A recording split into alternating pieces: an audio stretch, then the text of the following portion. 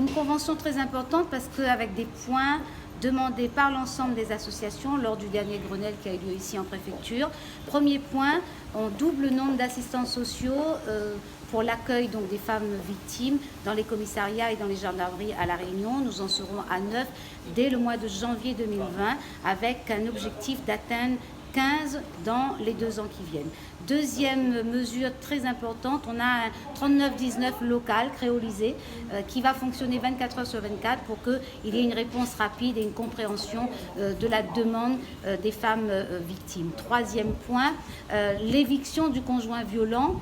C'est inscrit dans la loi, mais souvent ce sont les femmes qui ont la double peine. Elles doivent quitter maison avec enfants, inscrire dans une autre école, être en hébergement d'urgence. Et là, avec la justice, les procureurs, nous pourrions faire en sorte que l'homme lui-même puisse être en nuitée ou en structure d'accueil pour laisser les femmes et les enfants dans la maison familiale avec un suivi psychologique pour les hommes, pour que la récidive soit moindre, qu'ils ne reproduisent pas eux-mêmes les schémas de violence que parfois ils ont connus.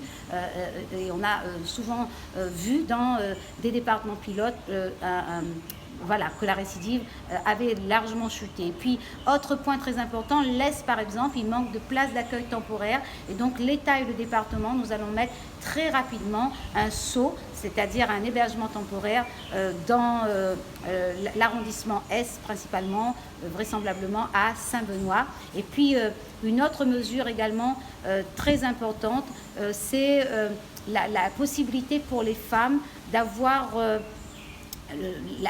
la possibilité de quitter le département, c'est-à-dire l'intraterritorialité. Quand une femme, au sortir de prison du conjoint violent, se sent menacée et a peur, il y a une demande qui émane des associations pour qu'elles puissent être accompagnées financièrement pour quitter La Réunion quand elles en ont besoin. On a toujours besoin de plus de moyens financiers, je pense que la ministre le sait, nous aussi, les associations. Il faut, sur le plan national, on a dit entre 500 millions d'euros, 123 000 euros, ce sont pour les petites associations, mais il y a aujourd'hui à travailler peut-être avec un réseautage plus étroit entre les fonds qui sont apportés par les départements, les régions pour la formation, mais aussi la CAF sur différents dispositifs, comme des dispositifs qui existent chez des bailleurs sociaux pour permettre effectivement l'accompagnement des conjoints violents et la possibilité pour des femmes victimes de retrouver plus facilement un logement.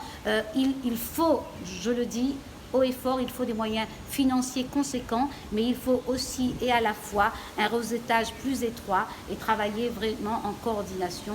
C'est ce que nous essayons de faire et ça marche plutôt bien à La Réunion.